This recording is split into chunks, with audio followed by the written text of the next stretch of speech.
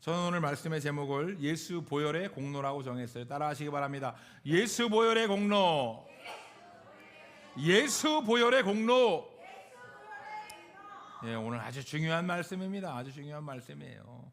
오늘 빠지신 분은 아주 그냥 큰 손해예요. 예수 보혈의 공로. 여러분들이 예수 보혈의 공로가 있어야만 되고 알아야만 되고 여러분들이 신앙생활 하는 이유가 바로 여기에 있습니다. 제가 4일 동안 제가 용인에 가서 공부를 하다 왔는데 여러분들 잘 알다시피 이번에는 이제 사모님이 따라가지 않았어요. 저 혼자 이렇게 새벽에 누가 깨우지 않아도 3시면 눈이 떠지고, 제가 이런 사람이 아닌데 옆에서 따라가서 깨워주는 사람이 없으니까 저절로 눈이 떠지고 김밥 먹고 1시간 반 찬양하고 기도하고 강의 듣고 하루 종일 이제 한 3, 4일 하면은 이제 피곤이 누적돼 가지고 힘이 들어요. 주님이 왜 이렇게 힘들게 육체적으로 힘들게 자꾸 이렇게 그곳에 보내는지 모르겠어요. 주님이 가라고 할 때까지 이제 제가 가서 도전받고 은혜 받기를 원하는데 기도해 주시기 바랍니다. 제가 연구소에 그래서 한 이틀째부터 우리 성도들이 생각나요. 우리 성도들 보고 싶다. 빨리 가고 싶다. 4일째에 전화가 왔어요. 우리 딸한테 전화가 왔어요. 딸. 제가 여러분 혹시 TV 프로그램 중에 금쪽 같은 내 새끼 본 적 있어요? 네, 금쪽 같은 내 새끼. 어제 제가 오랜만에 금쪽 같은 내 새끼를 봤는데 아빠가 아주 그냥 딸만 7살 딸만 사랑해. 근데 그 편애하는 게 너무 심해가지고 아들은 아빠의 사랑을 받고 싶어해요. 그 아들만 혼나. 그리고 이 딸은 그게 권력이 돼가지고 야, 너 잘못한 거 아빠한테 이른다. 막 이렇게 권력을 막 휘둘러요. 근데 아빠는 그걸 몰라. 그래가지고 막 화장실 갈 때도 엄마를 불러야 되는데 아빠를 불러.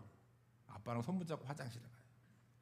학교 가면은 고쳐야 되는데 막 아빠가 너무 아직 우리 딸은 아직 홀로서기 할 때가 아니라고 딸을 엄청 편애하는 거예요. 아주 딸바보예요, 딸바보. 우리 예담이도 6살, 7살 때 그렇게 이뻤어요. 아주 낭창낭창하고 그렇게 이뻤는데 우리 집에 금쪽이가 전화가 왔더라고요. 목요일 날. 아빠 빨리 와. 저는 순간 마음에 울컥하면서 감동을 받을 뻔했는데 아빠 엄마가 청소를 안 해. 아빠 빨리 와. 빨리 와서 청소해. 우리 집 청소 담당은 저예요. 우리 집 청소 담당은 저예요. 4일 동안 엄마가 청소를 안 했다는 거예요. 여러분 너무 놀랍지 않습니까? 우리 제 아내가 처음에 2002년도에 제가 결혼을 했는데 결혼하고 청소를 하지 않으면 앉지를 않았어요. 여보 오늘은 피곤한데 그냥 우리 누웁시다. 그냥 쉽시다. 안 된다는 거예요. 그 꼴을 못 본다는 거예요. 사람은 절대 변하지 않습니다. 그런데 지금은 청소 안 하고 앉고 눕고 자고 이렇게 변화시킨 주님이 이렇게 변화시키신 분이 주님인 줄 믿습니다. 할렐루야. 예, 저랑 같이 살다 보니까 제가 변하는 부분이 있고 제 아내가 변하는 부분이 있어요. 부부라고 하는 것은 늘 행복하게 웃으면서 살아야 될 것 같지만 싸울 때도 있어요.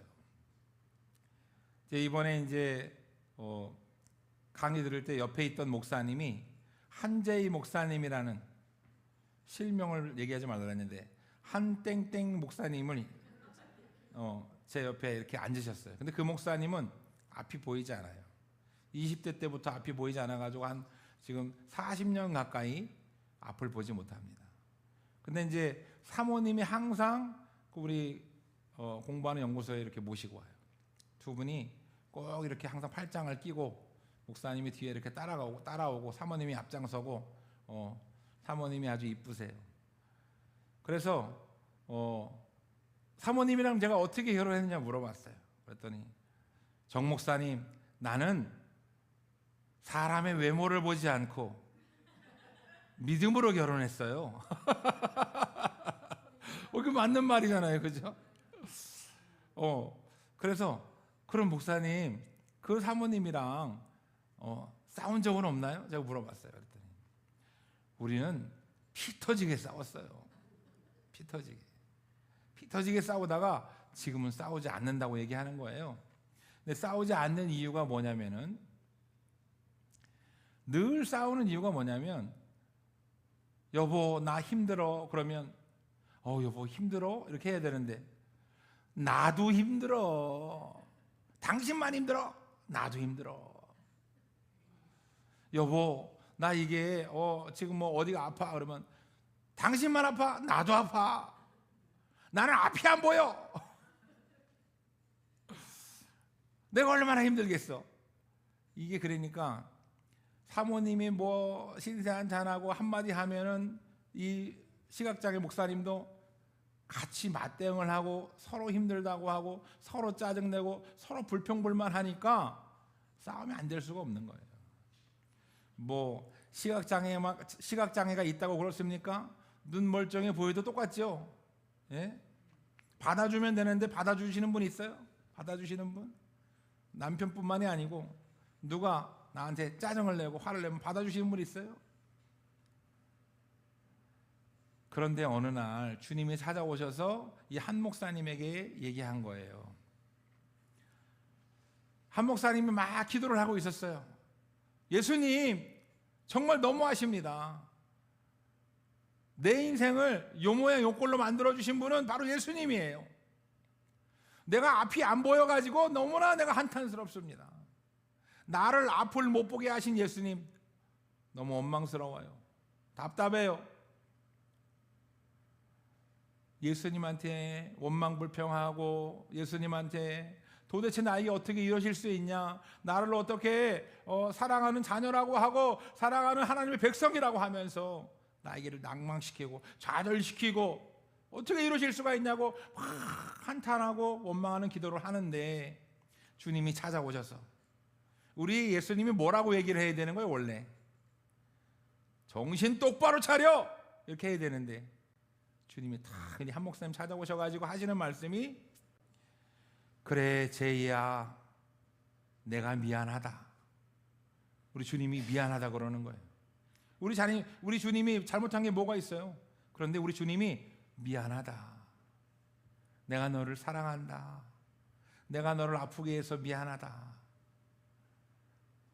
그 순간 눈물을 철철 흘리면서 목사님이 깨달았다는 거예요. 우리 예수님은 아무것도 잘못한 게 없지만 얼마나 억울해요. 내 남편이, 내 아내가 나에게 막 당신 때문이야, 내가 요 모양 요 꼴로 사는 게 당신 때문이야, 내가 당신 때문에 내가 이렇게 사는 거야, 내가 그때 내가 돈 많은 그 사람한테 결혼했으면은 당신한테 내가 이런 취급을 받지 않을 텐데, 내가 그때 대학 교수한테 갔으면은 내가 이런 취급을 받지 않을 텐데, 그러면은 그런 얘기를 듣고 어이구 진짜 그때 가지 그랬어, 내가 언제 나한테 오라 그랬어? 막 이런 억울한 마음이 들잖아요, 누구나. 그런데 우리 예수님은 억울하다 하지 않으시고 미안하다고 얘기해 주시는 거예요. 이 목사님이 그때 깨달은 거예요. 아, 우리 예수님 아무런 잘못도 없으신 우리 예수님이 미안하다고 해주시는구나. 그 이후로 그 사모님이 짜증내고 불평불만하고 원망하면, 내가 당신하고 결혼해서 내가 요 모양 요 꼴이야 이런 얘기하면 속에서는 막 하고 싶은 말이 많죠. 그런데 예수님의 마음으로 이렇게 얘기했다는 거예요. 여보 미안해. 미안한 일이 없는데, 그전에는 당신만 힘들어 나도 힘들어 이렇게 했는데, 여보 미안해. 지금은 싸울 일이 없다는 거죠. 여러분 미안하다 얘기하시기 바랍니다. 불평불만을 나에게 확 쏟아내면 이 사람이 어디 쏟아낼 데가 없구나 이해해 주시기 바랍니다. 내가 사랑하는 사람이잖아요. 내가 사랑하는 사람이 나에게 쏟아낼 데가 없어서 잠깐 원망하는구나. 여러분, 사랑이라고 하는 것은 덮어주는 거예요. 사랑이라고 하는 것은 받아주는 거예요. 사랑이라고 하는 것은 미안하다고 얘기하는 겁니다. 막 여기 목구멍까지 야, 내가 이거 시시비비를 정확하게 알려줘야 되는데 막 그렇게 말이 여기까지 나와도 내뱉지 마시고 받아주시기 바랍니다. 할렐루야. 내가 다툼이 일어났을 때 그 사람한테 여보 사랑해 이렇게 얘기하면 아 여보 당신 사랑한다고 얘기해 주니까 고마워 하고 다툼이 끝나나요? 웃기고 있네 이 인간이. 다툴 때는 사랑한다는 말을 하면 조롱하는 줄 알아요. 그런데 평상시에 사랑한다는 말을 자주 하면 그런 말 할 수가 있는 거예요. 다툴 때도. 여러분 평상시에 사랑한다는 말을 많이 하시기 바랍니다. 우리 옆에 분들과 다시 한번 인사하겠습니다. 주님의 이름으로 사랑합니다.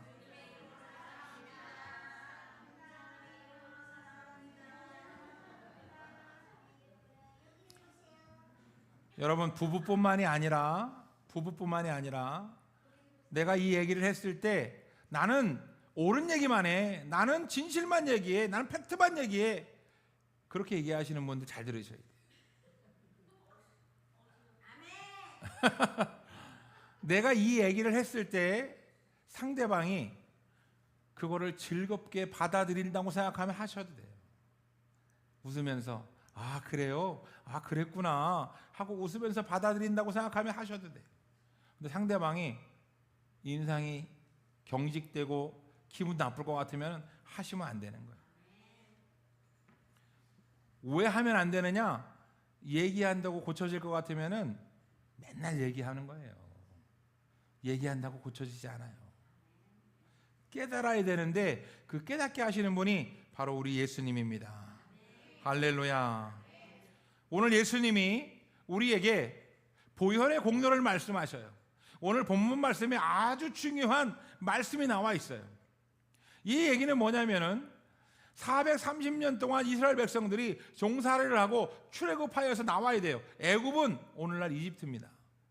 나일강, 오늘날도 마찬가지지만 그 당시에 나일강이 굉장히 농사를 짓기에 먹고 살기에 아주 중요한 자원이에요. 그래서 나일강을 끼고 있는 이집트가 발전을 한 거예요. 근데 그 애굽에 이스라엘 백성들이 종살이를 430년간 했습니다. 이제 하나님 아버지가 이제 200만 명, 오늘날 많은 신학자들이 200만 명이라고 하는데 실제로는 1000만 명 정도 될 수 있다고 그럽니다. 그런데 이 이스라엘 백성들이 출애굽하여서 그 나라를 이제 해방하여 나와야 되는데 이 애굽 왕이 인정을 하지 않는 거예요. 왜냐하면 노예도 재산이었기 때문에. 그래서 하나님이 10가지 재앙을 내려줍니다. 그래서 나일강이 핏빛으로 변하기도 하고 독충도 막 나오게 하고 10가지 재앙을 내려주는데 그래도 이 애굽 왕이 강박하여서 이스라엘 백성들을 너희 이제 우리나라에 나가라, 내가 해방시켜 주겠다, 인정하지 않아요. 사람은 아주 강박합니다. 그래서 하나님이 10번째 재앙을 무엇을 주셨느냐? 애굽 땅에 있는 모든 첫 번째 난 자식, 장자, 그리고 애굽에서 난 첫 번째 가축의 첫 새끼, 모든 사람과 동물의 첫 새끼와 장자를 죽이겠다는 거예요. 하나님 아버지가 이 10번째 재앙을 내리신 데는 이유가 있는 겁니다. 하나님 아버지가 이 10번째 재앙을 이스라엘 백성들에게 보여주던 이유가 있는 거예요. 장차 예수 그리스도가 우리를 위해서 이 땅에 오실 건데 그 예수 그리스도가 보혈의 피를 흘려주시면 그 보혈의 피를 의지하는 자는 모두 다 구원받는다는 겁니다. 할렐루야. 하나님이 그것 보여주시려고 이 10번째 재앙 지금 보여주는 거예요. 그냥 이거는 옛날 얘기가 아닙니다. 이거는 그냥 역사 속에 있는 얘기가 아니에요. 이스라엘 백성들이 그러면 지금 이 6월절을 앞두고 이스라엘 백성들이 지금 애굽에서 이 재앙을 같이 받아야 되는 거예요. 이스라엘 백성, 애굽 사람들뿐만이 아니라 애굽의 왕의 장자도 죽고 애굽 사람들의 장자도 죽고 이스라엘 백성들의 장자도 죽어야 되는 겁니다. 그런데 하나님께서 이스라엘 백성들에게 구원의 언약을 주셔요. 그래서 어떤 방법을 알려주냐면 어린 양의 피를 문설주와 임방에 발라라는 거예요. 문의 가장자리 문설주와 임방 위에다가 바르라는 겁니다. 그러면 이 죽음의 재앙이 너희를 넘어갈 것이다. 하나님 아버지가 이런 약속의 말씀을 주셔가지고 이스라엘 백성들이 문설주와 임방에 어린 양의 피를 발라서 이스라엘 백성들은 아무도 장자가 죽지 않습니다. 할렐루야. 이게 지금 구원의 예표를 보여주는 거예요. 이것이 바로 구원의 역사를 알려주는 겁니다. 우리가 이 땅에서 의인은 없나니 하나도 없고 우리는 모두가 다 죄인이기 때문에 지옥으로 갈 수밖에 없어요.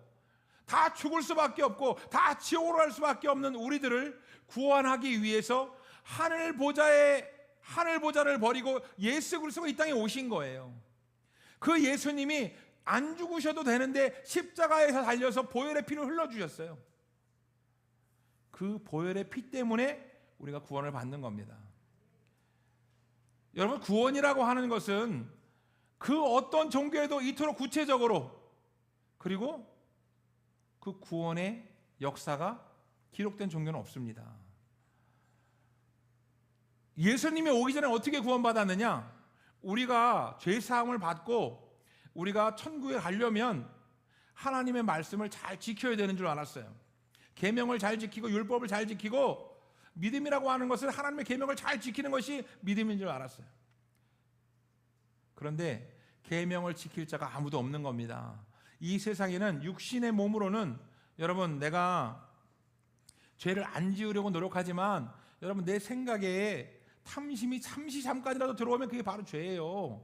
여러분 죄인이 아닌 사람은 없습니다. 구원받지 못 죄 사함을 받고 구원받을 사람은 아무도 없어요. 죄를 날마다 짓기 때문에. 그래서 이스라엘 백성들이 어떻게 죄 사함을 받았느냐? 대제사장이 이스라엘 백성들의 하나님 아버지께 제사를 지내는 제사장이 깨끗한 짐승을 가져다가 그 짐승에게 죄를 전가시켜요. 여러분 이게 얼마나 중요한 거냐면 예수님이 십자가에 달리신 이유가 뭐냐면 예수님이 우리의 죄를 받아가서 전가받아서 우리의 죄를 없게 하시려고 죄 사함을 받게 하시려고 예수님이 십자가에서 죽으신 거예요. 이스라엘 백성들이 깨끗한 어린 양을 잡아가지고 그 깨끗한 어린 양에게 죄를 제사장이 기도를 하면 내 죄가 그 제사 때에 화목제 때에 죄가 전가되는 줄로 믿었습니다. 그래서 지금은 제사를 지내지 않는 이유가 예수님이라고 하는 분이 예수 그리스도가 단번에 그 죄를 전가 받으신 거예요. 할렐루야. 그래서 우리는 예수님 믿으면 죄가 단번에 전가 받아서 과거에 지었던 죄, 현재에 지은 죄, 미래에 지은 죄까지 다 죄가 전가되는 거예요. 예수님 믿기만 하면 우리는 다 죄사함 받는 겁니다.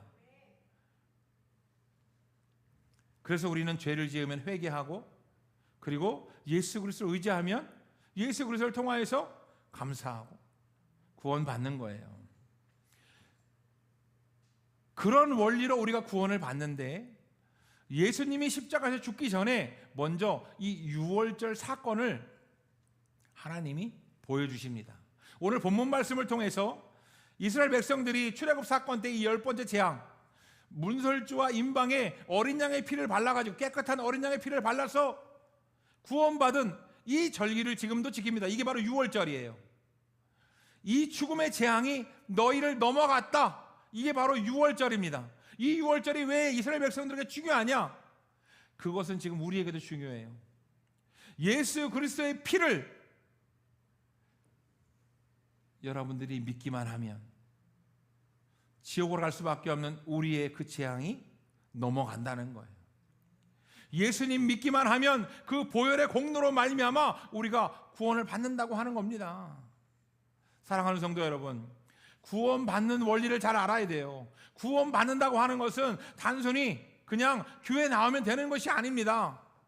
죄사함을 받는 원리, 구원받는 원리, 예수 그리스도가 하늘 보좌를 버리고 이 땅에 2000년 전에 오신 이유, 하나님의 역사 가운데 출애굽 사건을 통하여서 6월절을 보여주시고, 그리고 예수 그리스도가 2000년 전에 이 땅에 오신 이 사건은 결코 우연이 아닙니다.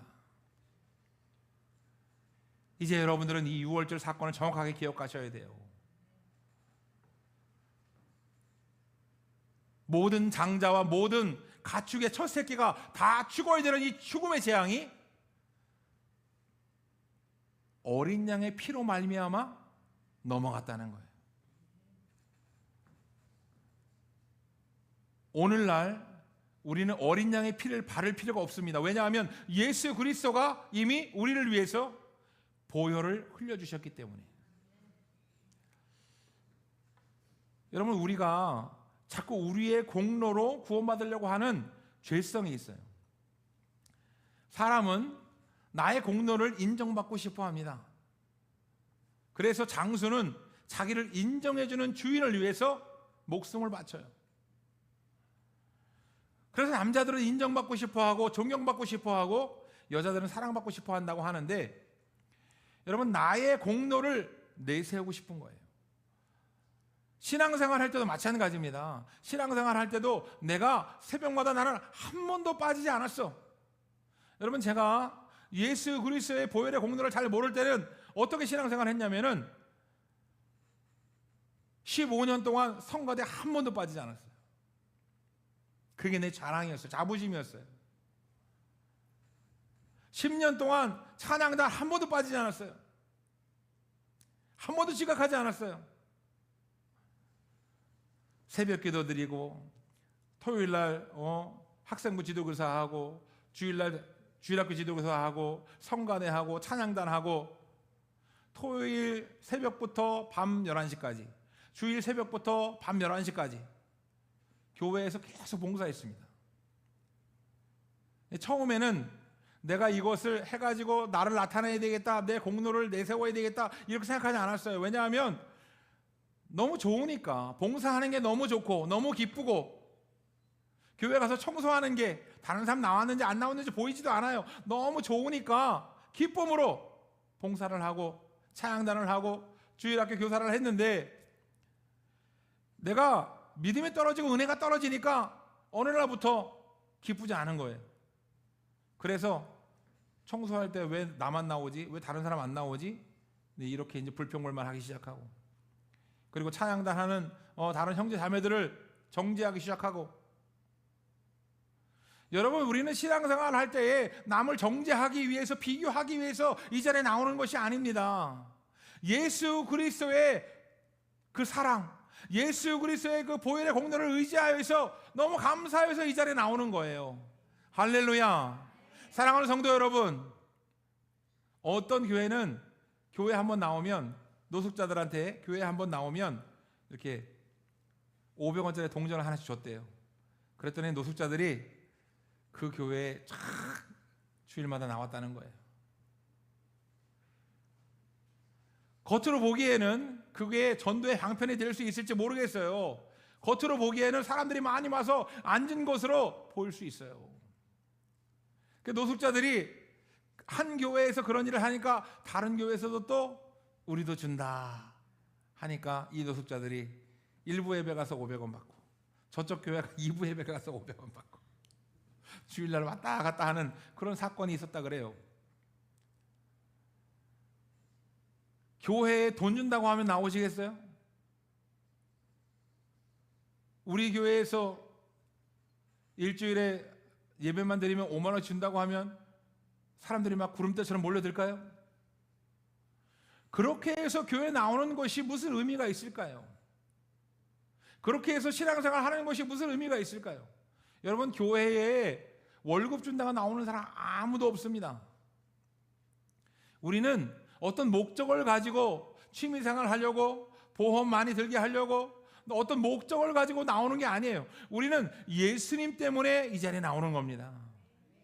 우리는 예수님 때문에 신앙생활 하는 거예요. 죽어서 후회해봐야 아무런 소용이 없습니다. 죽으면 천국과 지옥이 있는데 죽어봐야 하는 거 아니에요. 죽어서 후회해봐야 아무 소용 없습니다.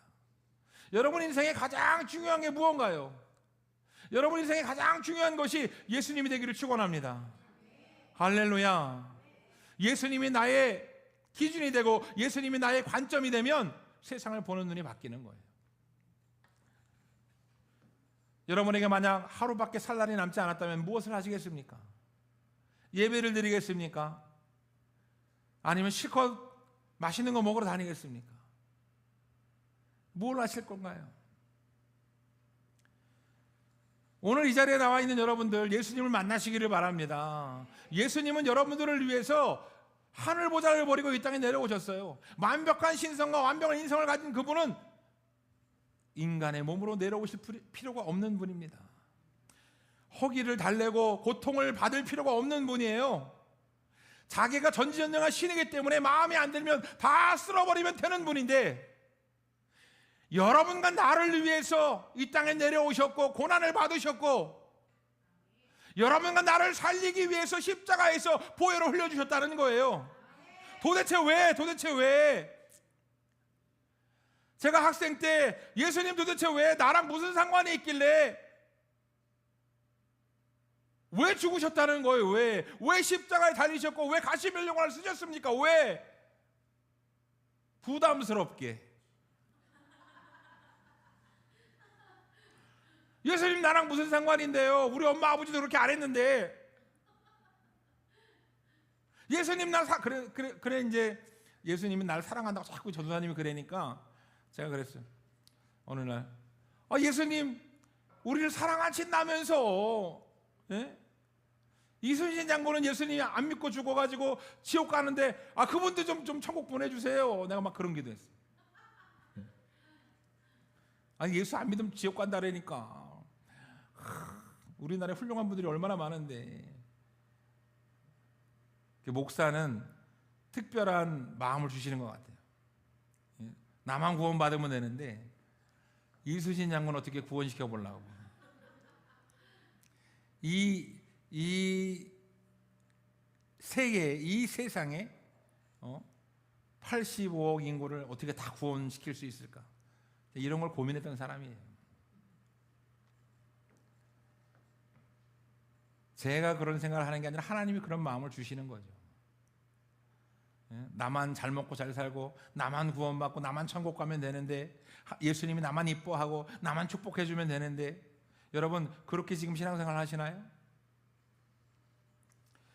여러분 예수님의 마음을 아시기 바랍니다. 예수님이 고통받을 필요 없는데 이 주사 한 대 맞으러 내려오는 게 아니잖아요. 따끔하면 되는 게 아니잖아요. 이 땅에 내려오셔서 제자들에게 배신당하고 사람들에게 배신당하고 능멸과 조롱을 당했습니다. 여러분 나 같으면, 나에게 힘이 있다면 나를 조롱하고 능멸하는 인간들 가만두지 않아요. 그런데 예수님은 그들을 위해서 억울하고 분한 그 마음으로 그들을 친 것이 아니라 사랑했어요. 용서했어요. 할렐루야. 그래서 때로는 내가 이제 신앙생활 좀 열심히 하고 잘하는 것 같으니까, 하나님 참 저 믿음 없는 저들을 하나님 좀 혼내주세요. 이렇게 기도할 때 있죠. 믿음 없는 저들을 좀 깨닫게 해주세요. 믿음 없는 저들을 혼내주세요. 그런데 여러분, 나 역시도 믿음 없는 자였어요. 나 역시도 믿음 없는 자였고 지금도 그 사람들보다 별반 다르지 않아요. 엄청 낫지 않아요. 예수님은 벌레 같은 우리들을 위해서 이 땅에 오셨고, 예수님은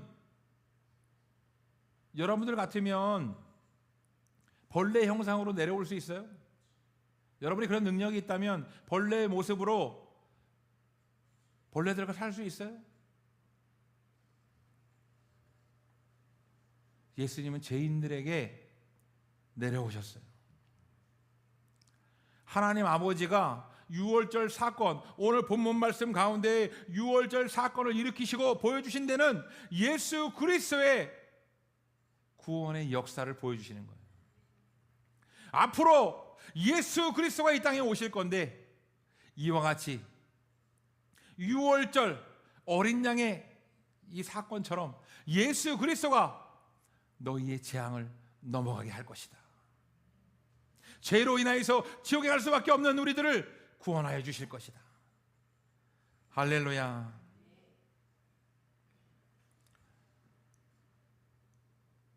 우리가 예전에는 먹고 살 게 없어가지고 굶는 사람이 많았습니다.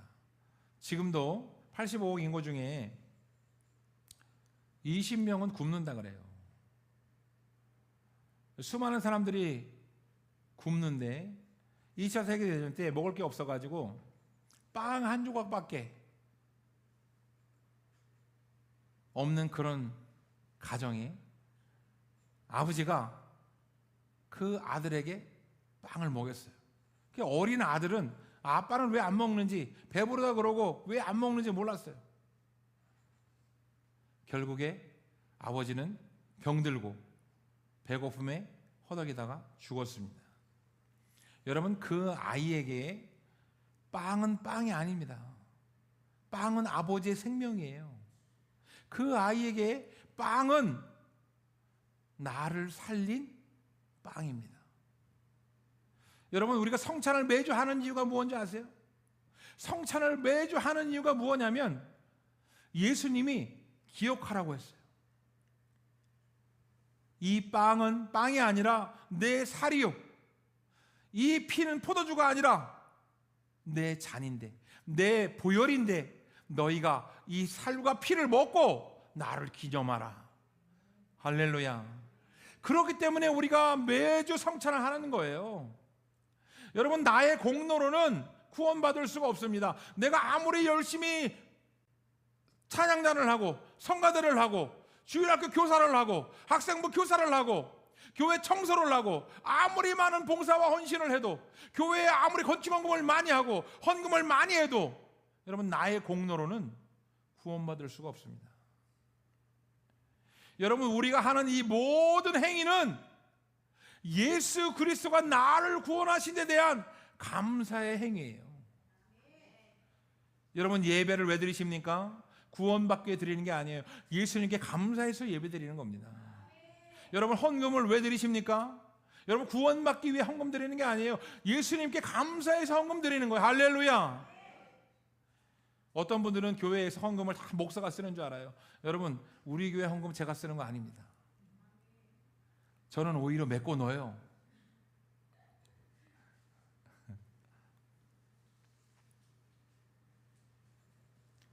그런데 왜 이렇게 하겠어요? 왜? 예? 월급 한 번 받지 않고, 예? 교회에서 받는 게 아니라 오히려 메꿔 넣는데 왜 하는 거냐? 왜?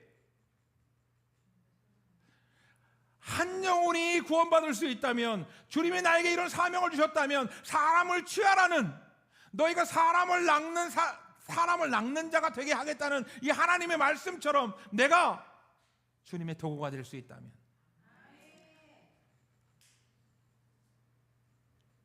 감사하게 하겠다는 겁니다. 할렐루야. 예. 그래서 교회 목사님들은 성도들이 속을 썩여도 잘 인내합니다. 예? 교회 성도들이 말을 안 들어도 너무나 그 성도들을 이쁘게 봐요. 할렐루야. 그런데 우리 성도들은 속 썩이는 성도들도 없고요. 아멘이 안 나오네요. 말 안 듣는 성도들도 없고요. 너무나 우리 하나님 보시기에 이쁜 성도들만 있어요. 제가 보기에 얼마나 이쁘겠어요. 주님의 이름을 사랑합니다. 하나님 아버지가 예수 그리스도의 보혈의 공로로 구원받게 하셨어요. 그런데 우리는 자꾸 착각을 해요. 열심히 하라고, 열심히 하면 구원받는다고. 그런데 구원이라고 하는 것은 예수 보혈의 공로 이외에는 없어요. 예수님이 십자가에서 죽으신 그 보혈 이외에는 우리가 구원받을 방법이 없다는 거예요. 예수님의 피, 예수님의 공로 외에는 우리가 내세울 게 없어요. 그래서 사도 바울이 여러 개의 교회를 세우고 전도 여행을 다니고 평생을 예수님을 위해 바친 그 사도 바울이 내가 자랑할 것은 나의 연약함과, 여러분 사도 바울은 잘난 사람이에요. 똑똑한 사람이에요. 제2외국어를 몇 개씩 하는 사람이에요. 성경을 달달달 외우는 사람이고 교회를 여러 개를 세운 사람입니다. 그런데 그 사도 바울이 자기의 똑똑함을 자랑하는 게 아니라 나의 연약함을 자랑하고 내가 자랑할 것은 예수 그리스도 십자가의 도밖에 없다. 할렐루야. 큰 교회 목사님일수록 내가 잘났다고 얘기하잖아요. 나는 아무런 공로도 없고 다 주님이 하셨습니다. 주님께 영광을 돌립니다. 이렇게 얘기하는 거예요. 할렐루야. 주님은 그런 분들을 쓰셔요. 다윗이 나는 용감하다, 나는 싸움을 잘한다, 난 능력이 있다, 이래서 쓰임받은 것이 아니라 나는 여호와 하나님밖에 없다는 거예요. 나는 양치기고, 나는 검술도 할 줄 모르고, 나는 힘도 없고 키도 크지 않지만 나는 만군의 여호와 하나님밖에 없다는 거예요. 하나님은 믿음의 사람을 원해요. 할렐루야. 그래서 청주성교회 여러분들을 보내주셨는데 하나님께서 여러분들의 삶 가운데 계속해서 인도하고 계셔요. 보혈의 공로를 의지해라. 할렐루야. 보혈의 공로를 의지하면 내가 너와 함께 하겠다, 역사를 나타내 주겠다, 주님이 말씀하십니다. 믿음이 있는 사람은 사람의 공로를 내세우고 내 공로를 내세우는 것이 아니라 예수님의 공로를 의지하는 겁니다. 예수님을 아는 사람은 예수 보혈의 공로 때문에 우리가 구원받았음을 깨달아야 되는 거예요. 우리가 예수님을 모르기 때문에 그래도 내가 열심히 했으니까 교회가 세워진 거 아니야? 그래도 내가 열심히 했으니까 내가 구원받을 수 있는 자격이 된 거 아니야? 그래도 내가 열심히 했으니까 뭐가 되는 거 아니야? 예수님이 우리들을 구원하기 위해서 인간의 공로는 1%도 들어가지 않습니다. 우리의 모든 행위는 예수 그리스도의 보혈의 공로에 감사해서 하는 행위예요. 절대 이걸 착각하면 안 됩니다. 수많은 사람들이 자꾸 자기의 바벨탑을 쌓아요. 바벨탑을 쌓은 이유는 내가 하나님과 같이 되고 싶은 마음에서입니다. 여러분, 아담과 하와가 선악과를 왜 먹었느냐? 선악과 안 먹어도 얼마든지 복을 누리고 얼마든지 생육하고 얼마든지 능력이 있었는데, 생명나무를 먹고 영생할 수 있었는데 선악과를 왜 먹었느냐? 하나님과 같이 동등하게 될 수 있다는 욕심 때문에. 여러분, 우리는 하나님을 의지하지 않으면 살 수 없는 존재들입니다. 우리는 예수 보혈의 공로를 의지하지 않으면 구원받을 수 없는 존재들이에요. 여러분, 나 자신을 내려놓고 예수님만 의지하기를 축원합니다.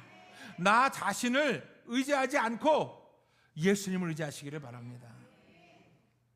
따라하시겠습니다.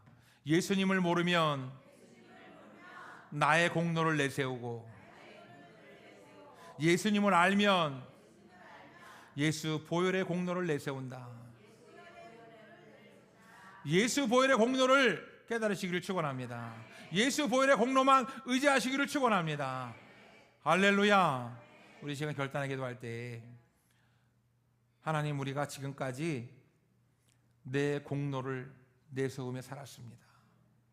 이 죄인을 용서하여 주시고 예수 보혈의 공로만 의지할 수 있는 믿음을 달라고, 우리 이 시간 나같이 주여 담장하신 후에 통성으로 기도하겠습니다. 다 같이 기도합니다. 주여, 주여.